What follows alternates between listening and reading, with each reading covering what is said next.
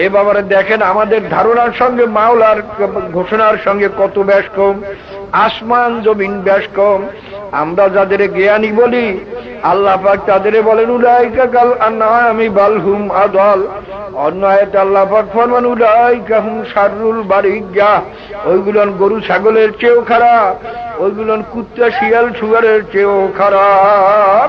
বাবারে যাদের বেশি নামাজ নাই, রোজা নাই, পর্দা নাই, বাবারে হালাল হারামের তমিজ নাই, সুন্নাত নাই, বাবারে তাদের আল্লাহ পাক বলছেন যেদের ভিতরে দিন নাই, ওইগুলা কুত্তা শিয়াল শুয়ারের চেয়েও খারাপ, ওইগুলা গরু ছাগলের চেয়েও খারাপ। বাবারে আল্লাহ, আজকে যদি একটা ছেলে বিলেত থেকে ইঞ্জিনিয়ারিং পাশ করিয়া, ডাক্তারি পাশ করিয়া ফার্স্ট ক্লাস পাইয়া আসে, ওই ছেলেটা যদি নামাজ রোজা না করে, বাবারে সে যদি 50,000 1 লাখ টাকা মাসে কামাই করে, দেখবেন সবাই তার কাছে মেয়ে দেওয়ার জন্য পাগল হইয়া যাইবে। এমন ইঞ্জিনিয়ারের কাছে মেয়ে না দিয়া পারা যায় না বাবারে। কিন্তু আসলে তো ওই ইঞ্জিনিয়ার নামাজ নাই, রোজা নাই, খারাইয়া মতে, ওটা তো আল্লাহ এবং আল্লাহ রসুলের ঘোষণা অনুযায়ী ইঞ্জিনিয়ার নাই, মানুষ নয়, ওটা তো একটা কুত্তা শিয়াল শুয়ারের চেয়েও খারাপ। বাবাদের আমাদের ধ্যান ধারণা সম্পূর্ণ ভিন্ন। বাবারে দেখেন এখন মানুষ বানাবার জন্য আমাদের চেষ্টা নাই, ছেলে মেয়েকে ইংরেজি পড়াইয়া বেনমাজি বানাইয়া খারাইয়া মুতাইয়া দেখবেন যত বড় লোক পড়ায়, ছেলে বান ইন্টার গার্ডেনে পড়ে, মুসলমানি কোন স্কুলেও পড়ায় না, যেখানে প্রথম থেকে ইংরেজি শিক্ষা দেওয়া হয়, খ্রিস্টানি শিক্ষা দেওয়া হয়, খ্রিস্টানি পোশাক পরাইয়া টাই বান্ধাইয়া তারপরে স্কুলে যাইটাই ওখানে পাঠায়।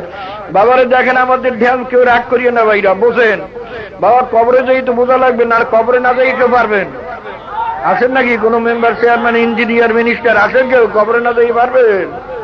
যদি কবরে না যাইয়ে পারতাম তাহলে না বুঝলেও কোনো ক্ষতি ছিল না। বাবারে যখন কবরে যাওনি লাগবে, দুনিয়ার পরীক্ষায় একবার ফেল করলে আবার ভালো করিয়া পড়াশোনা করিয়া পাশ করবার আশা করা যায়। বাবারে দুনিয়ার মামলায় এক করে নিম্ন করে ঠগলে আবার আপিল করিয়া যেতে আশা করা যায়।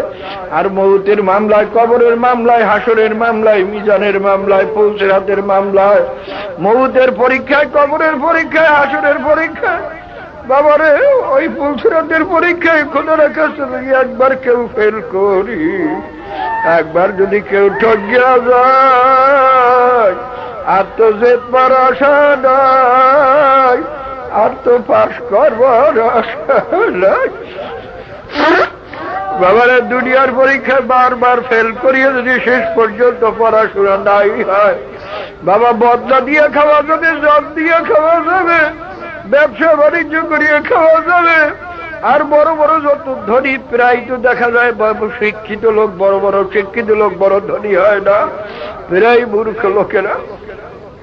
বাবারে দুনিয়াতে ভালো পাস না করলে ব্যবসা বাণিজ্য করিয়া খাওয়া যাবে, জন দিয়া বদলা দিয়াও খাওয়া যাবে, বাবারে ভিক্ষা করিয়াও খাওয়া যাবে।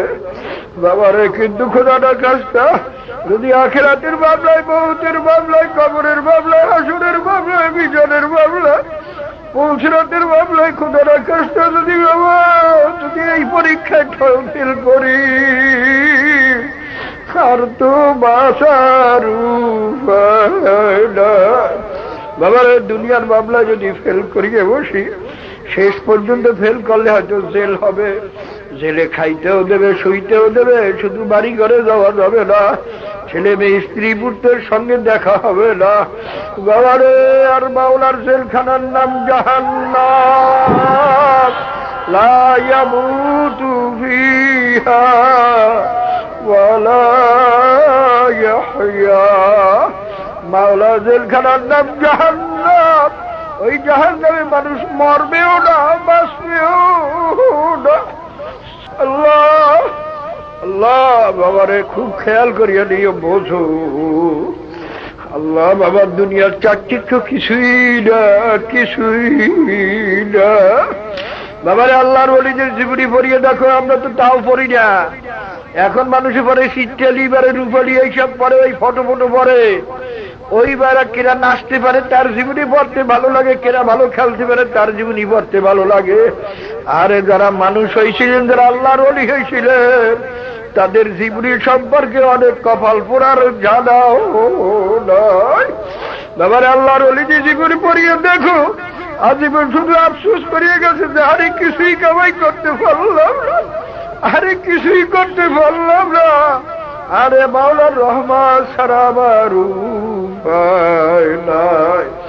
আব্দুল কাদের জিলি রহমাতুল্লাহ আলাইহি বলেন, বাবা আল্লাহ আল্লাহ, রুহে তাসাউফের কিতাবের ভিতরে থানভী রহমাতুল্লাহ আলাইহি লেখে যে আব্দুল কাদের জিলি রহমাতুল্লাহ আলাইহি বলতেন সবসময়, বাবারে একটা লোক কবরে গিয়া মাপ না পাওয়া পর্যন্ত নিজেকে নিজে একটা শুয়ারের চেয়ে ভালো মনে করা যায় না। কালে আমি কত গুনাহ করছি, গুনাহ করিনি এমন কোন লোক আছে? এমন কোন লোক নাই। কারণ আল্লাহর হাবিবি ফরমান, কুল্লুকুম খাত্তাউন ওয়া খায়রুল খাত্তাইনা তাওয়াবিন, তোমরা সবাই গুনাহগার, কিন্তু এর ভিতরে ভালো ব্যক্তি ওই ব্যক্তি যে ব্যক্তি নিজের গুনার থেকে তওবা করে, মাওলার দরবারে মাফ চায়। জনাবে রাসূলুল্লাহ সাল্লাল্লাহু আলাইহি ওয়াসাল্লাম দৈনিক 100 বার তওবা করতেন, মাওলার দরবারে মাফ চাইতেন। জানার কোনো গুনাহ নাই, আগিলা বসিলা সমস্ত গুনাহ মাফ করিয়া দিয়েছিলেন। তারপর উম্মতকে শিক্ষা দেওয়ার জন্য 100 বার দৈনিক তওবা করতেন। আর তুমি আমি যদি একটু আলেম হইয়া, একটু মুরিদ মুরিদ হইয়া, একটু নামাজ করিয়াই যদি মনে করি আমি ওলি আল্লাহ হয়ে গেছি, আমার অত কান্দন লাগবে না। বাবারে, দুনিয়ার জেলখানার কথা শুনলে যদি কান্না আসতে পারে, নিজের গুনার কথা মনে করিয়ে যদি কান্না না আসে, মনে করি আসলে নিজেকে গুনাহগার মনে করতে পারি না। নিজেরা যদি গুনাহগার মনে করতাম যে আমার গুনার সীমা নাই। বাবার হযরত ওমর ফারুক রাদিয়াল্লাহু তাআলা আনহু খায়রুন নাস বা'দাল আম্বিয়া, হযরত আবু বকর সুম্মা ওমর সুম্মা উসমান সুম্মা আলী রিদওয়ানুল্লাহি তাআলা আলাইহিম আজমাইন। এই ওমর রাদিয়াল্লাহু তাআলা আম্বিয়া কিরামদের পরেই যত ওলি গৌস কুতুব সুফি দরবেশ আছে, বড় পীর সাহেব বলো আর চিশতি রহমাতুল্লাহ আলাইহি বলো, মানে বড় পীর আব্দুল কাদের জিলানী রহমাতুল্লাহ আলাইহি ফরমান যে একজন 8টা সাহাবার ঘোড়ার পায়ের ধুলির কিমাত আমি আব্দুল কাদেরের মধ্যে নাই। বাবারে, এই সাহাবাদের ভিতরে একবার সর্বশ্রেষ্ঠ সাহাবী হইলেন হযরত আবু বকর সিদ্দিক রাদিয়াল্লাহু তাআলা আনহু। তারপরের দরজায় ওমর ফারুক রাদিয়াল্লাহু তাআলা আনহু। আর ওমর রাদিয়াল্লাহু তাআলা জিবরি পড়িয়া দেখেন, বাবারে তিনি কাঁদতে কাঁদতে তার গাল মোবারকে 2টা কালো দাগ পড়িয়া গেছিল। হযরত আব্দুল্লাহ ইবনে আব্বাস রাদিয়াল্লাহু তাআলা আনহু কাঁদতে কাঁদতে তার গালে দাগ পড়িয়া গেছিল। বাবারে, তিনি কাঁদতেন, লোকে বলে হুজুর গালের দাগ ভালো দেখা যায় না, একটু ঔষধ লাগান, সোনো লাগান, ভালো হইয়া যাইবে। তিনি বলেন, বাবারে কিয়ামতের ময়দানে আমি চিন্তা ভাবনা করিয়া দেখছি আমার এমন কোন ইবাদত নাই যে ইবাদত মাওলার দরবারে হাজির করব। আমার নামাজের মধ্যে বহুত ত্রুটি, এদিক ওদিক কত মত গেছে, আমার ইবাদত বন্দেগীর মধ্যে বহুত ত্রুটি, আমি কি মাওলার দরবারে হাজির করব? আমি ঠিক করছি মাওলা যখন জিজ্ঞাসা করবেন ওমর কি নিয়ে আসছো, তখন আমি বলবো মাবুদ আর কিছু আনতে পারি নাই, তোমার ডরে কাঁদতে কাঁদতে আমি গালে দাগ পরাইছি, আর কিছু আনতে পারি নাই। বাবার ওমর রাদিয়াল্লাহু তাআলা এইভাবে কাঁদতে পারে, আর এইরকম নিজের দিলে আকীদা রাখতে পারেন, কিয়ামতের ময়দানে যদি ঘোষণা হয় সব লোক বেহেশতে যাবে, একটা লোক মাত্র জাহান্নামে যাবে, আমার ভয় হয় ওই লোকটা আমিও হইতে পারি। বাবারে, তোমার আমার অবস্থা কি? একটু আলেম হইয়া, একটু মুহাদ্দিস ফকিহ হইয়া, আল্লাহ। বাবারে, আব্দুল কাদের জিলি রহমাতুল্লাহ আলাইহি কাউকে বদদোয়া করলে বদদোয়া করতেন, আল্লাহ তোরে মুহাদ্দিস বানাও, মুফতি বানাও, এইটা করতেন বদদোয়া। কেন বাইরে মুহাদ্দিস মুফতি হওয়া খারাপ নয়, কিন্তু কারোর দিলের মধ্যে যদি ভাব আসে আমি মুফতি সাহেব, আমি মুহাদ্দিস সাহেব, আমি পীর সাহেব, আমি মেম্বার সাহেব, আমি চেয়ারম্যান সাহেব, এই আমি আনাদিয়ার যদি ভাব কারোর দিলে আসিয়া যায়, কিন্তু কারোর দিলের মধ্যে যদি ভাব আসে আমি মুফতি সাহেব, আমি মুহাদ্দিস সাহেব, আমি পীর সাহেব, আমি মেম্বার সাহেব, আমি চেয়ারম্যান সাহেব, এই আমি আনাদিয়ার যদি ভাব কারোর দিলে আসিয়া যায়, তার তো সব কিছু বরবাদ হইয়া সব জাহান্নাম ছাড়া তার উপায় নাই। বাবারে বোঝো,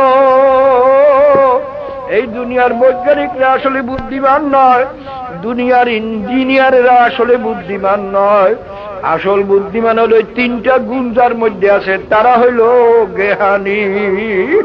যারা হামেশা আল্লাহ পাকের জিকির করে, দাঁড়ানো অবস্থায় মাওলার জিকির করে, বসা অবস্থায় মাওলার জিকির করে, শোয়া অবস্থায় মাওলার জিকির করে, মাওলার খেয়ালে হামেশা থাকে। বাবার এটা কেমন কেমন ভাবে সম্ভব? একটা কথা খেয়াল করেন, আপনার একটা ছেলে, বড় আদরের ছেলের এমন অসুখ হইয়া গেল যে অসুখে ছেলে মারাও যাইতে পারে। ডাক্তার বলল, যাও যাও তাড়াতাড়ি বাজারে যাও, এই ঔষধটা তাড়াতাড়ি নিয়ে আসো। বাবারে, আপনি টাকা নিয়ে তাড়াতাড়ি দৌড়তেছেন বাজারের দিকে, রাস্তার ভিতরে চার আছে, পোল আছে, ভাঙ্গা আছে, তাও আপনি দেখা পার হইয়া গেছেন। বাজারে গিয়া পাগল হইয়া, ছেলের জন্য পাগল হইয়া, ও বাবা চাউলের দোকানে যান নাই, কাপড়ের দোকানে যান নাই, ঔষধের দোকান তালাশ করিয়া ঔষধের দোকানে গেছেন। ঔষধ দিলে আবার পরিয়ে দেখেন ঠিক মতো ঔষধ হইল কিনা। টাকা দিলেন, আবার হিসাব করিয়ে দিলেন, হিসাব করিয়ে নিয়ে আসলেন। বাবারে, আপনি নিজেই বিচার করেন, এই যে রাস্তা হাঁটলেন, চার পোল পারাইলেন, ভাঙ্গা পার হইলেন, বাবার ঔষধের দোকান থেকে ঔষধ কিনলেন, টাকা পয়সা লেনদেন করলেন, এর ভিতরে একটা মুহূর্ত কি আপনার ছেলের কথা বলতে পারছেননি? এক মুহূর্ত বলতে পারেন না, শুধু দিলের মধ্যে বাইরে চিন্তা, এবারে ছেলেরে পাই না পাই। বাবারে, ছেলের মায়ায় এত কাজ করিয়াও যদি ছেলেকে একটা মুহূর্ত ভুলিয়া থাকতে না পারেন, এসকে মাওলা তোমার লাবুয়াত, এসকে মাওলা বেদরজ লাবুয়াত। আমার মাওলার মোহাব্বত বুঝিয়া তুই কম হইয়া গেল। এই যারা নাকি হামেশা আল্লাহ পাকের জিকির করে, যারা মাঝে মাঝে মুরাকাবা করে, মাঝে মানে বাবা মাওলার মখলুকাত নিয়ে মুরাকাবা করে, তাফাক্কুরু সাআতান ফি খালকিল্লাহি খায়রুম মিন ইবাদাতি 60 সানা, অফি রওয়ায়াতিন সাবঈনা সানা, অফি রওয়ায়াতিন 80 সানা। আল্লাহর হাবিব ফরমান, মাওলার মখলুকাতের ভিতরে 1 ঘন্টা কিছু সময় যদি মুরাকাবা করতে পারো, চিন্তা করতে পারো, ফিকির করতে পারো, তোমার আমলনামায় এক রওয়ায়াতে আছে 60 বছরের নফল বন্দিগি, আর এক রওয়ায়াতে আছে 70 বছরের নফল বন্দিগি, আর এক রওয়ায়াতে আছে 80 বছরের নফল বন্দিগির সওয়াব তোমার আমলনামায় মাওলা লেখা দিবেন। বাবারে, আসলে তো মাওলার মখলুকাত নিয়ে চিন্তা নাই, মুরাকাবা আছে কিসের? কিভাবে খাবো, কিভাবে বাঁচবো, না কিভাবে বড় লোক হবো, কিভাবে বাইরে আরামে থাকবো, এই তো খালি মুরাকাবা। খালি দুনিয়ার দুনিয়া হলে দুনিয়া কাফেরাদে মতলুকার, সবদর সবরোজগার জগজাকানো ভগবাকার। বাবারে, দুনিয়াদার লোক আসলে মতলব কাফের, হামেশা তাদের কবরের খেয়াল নাই, মৌতের খেয়াল নাই, হাসরের খেয়াল নাই, জাহান্নামের খেয়াল নাই, পৌঁছনাতের খেয়াল নাই, বেহেশতের চিন্তা নাই। হামেশা খালি কেমনে খাবো, কেমনে বাঁচবো, কেমনে খাবো, কেমনে বাঁচবো। একটা গরুর হাঁসের সব সময় চিন্তা, কেমনে খাবো, কেমনে বাঁচবো। বাবারে, একটা আম গাছ সামনে পাইলো, টান দিয়ে খাইয়ে বলাইলো, ফসল পাইলো, খাইয়ে বলাইলো, এই ফসল খাইলে, আম গাছ খাইলে যে আমাকে ঘরে যাইতে হইবে, মাইর খাইতে হবে, এসব চিন্তা গরুর নাই। যে এই মানুষটার এই চিন্তা নাই, আমি এই কথা বলতেছি, এই কাজ করতেছি, এর পরিবর্তে যে জাহান্নাম, আমি এই চিন্তা করতেছি, এর পরিবর্তে যে জাহান্নাম, যার খেয়াল নাই, ওইটা তো আসলে মাওলার দরবারে মানুষ না। বাবার, ওইটা কিন্তু মাওলার দরবারে একটা গরুর চেয়েও খারাপ হয়ে গেছে। খাওয়া বসাই শুধু মানুষের কাজ না, মানুষকে মাওলায় খাওয়া বসার জন্য মাওলায় পাঠান নয়। বাবারে, রেজেকের জামিন তো মাওলায় নিজে হয়ে গেছে। ইন্নাল্লাহ ইয়ারযুকু মান ইয়াশাউ বিগাইরি হিসাব, ইন্নাল্লাহু হুয়ার রাজ্জাকু যুল কুওয়াতিল মাতিন ইয়া বুনাইয়া ইন্নাকা ইন তাকু মিসকালা হাববাতিন মিন খারদালিন ফাতাকুন ফি সাখরাতিন আও ফিস সামাই ইয়াতি বিহাল্লাহ। তোমার কিসমতে যে দানা আছে মাওলা, তুমি আসমানে যাও আর জমিনের সপ্তম জমিনের নিচেই যাও, পাথরের মধ্যে যাও, যেখানেই থাকো তোমার কিসমতের দানা মাওলা সেখানে তোমাকে পৌঁছাইয়া দেবেন। বাবার রিজিকের জামিন মাওলা দেশে।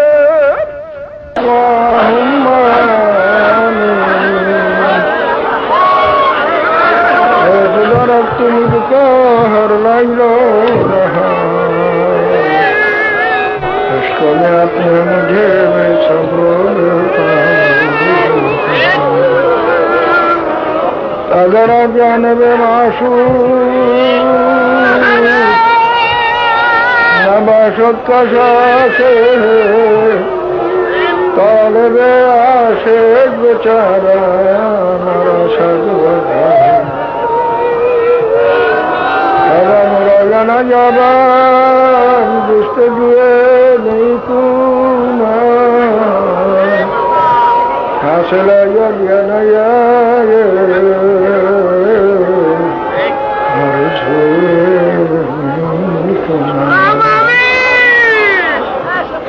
तो तौफीक ताश हमसे तू यामान तो अजाबत हमसे तू कादिर कुदरत दारी हर ख्वाही कादिर कुदरत दारी हर ख्वाही तूने मुर्दरा जिंदा कुनिया जिंदरा मुर्दा कुनिया। अल्लाह আমাদের মুর্দা কলবকে জিন্দা করে দাও তোমার নূরের দ্বারা, তোমার মোহাম্মতের দ্বারা, ঈমানের নূরের দ্বারা। আল্লাহ আমাদের মুর্দা কলবকে জিন্দা করে দাও। আল্লাহ খাঁটি বুঝ দান করেন। আল্লাহ আমাদের দিল আপনার কুদরতি হাতে আমাদের দিলকে আপনাদের দিকে ফিরিয়ে দেয়। সমস্ত জিনিসের মহব্বত দিলের থেকে দূর করে দিয়ে আপনার মহব্বত, যাদের মহব্বত করলে আপনার মহব্বত পাওয়া যাবে তাদের মহব্বতের দ্বারা আমাদের দিলকে পরিপূর্ণ করে দেয়। ইয়া আল্লাহ ইয়া আল্লাহ ইয়া আল্লাহ, এই দরবার থেকে আমাদের খালি হাতে ফিরাইয়া দিয়ে আল্লাহ একটা বন্ধাকে আপনি ফিরাইয়া দিয়েন না, আমাদের সবাইকে আপনি কবুল করে নেন। আমাদের আর বিচারে কি তোমার একজন প্রিয় বান্দাও নাই? নাহলে একজনকে কবুল করলে তার সেটা আমাদের সবাই কবুল করিয়ে দাও। বদরা মানে বাবা সৎকারী, বদরা মানে বাবা সৎকারী। আল্লাহ তুমি আমাদের সবাইকে কবুল করে নাও। আল্লাহ আপনার হাবিবের তোফাইলে আমাদের কবুল করে নয়। আল্লাহ আপনার হাবিবের একটি উম্মত হিসাবে আমাদের ফেলাইয়া দিয়েন না। আল্লাহ আমাদের গুনাহ যতই বেশি হোক তার একটা সীমা আছে, সংখ্যা আছে, কিন্তু তোমার রহমত ও মাগফিরাতের কোনো সীমাও নাই, সংখ্যাও নাই। সাবাকাত রহমতি আলা গজবি, মাবুদ রে তুমি মেহরবানি করে কবুল করে নাও। رب اغفر لي ولوالدي رب ارحمهما كما ربياني صغيرا ولجميع المؤمنين والمؤمنات والمسلمين والمسلمات الأحياء منهم والأموات إنك مجيب الدعوات وصلى الله على خير خلقه محمد وآله وأصحابه وأزواجه وأتباعه أجمعين ارحمنا معهم برحمتك يا أرحم الراحمين.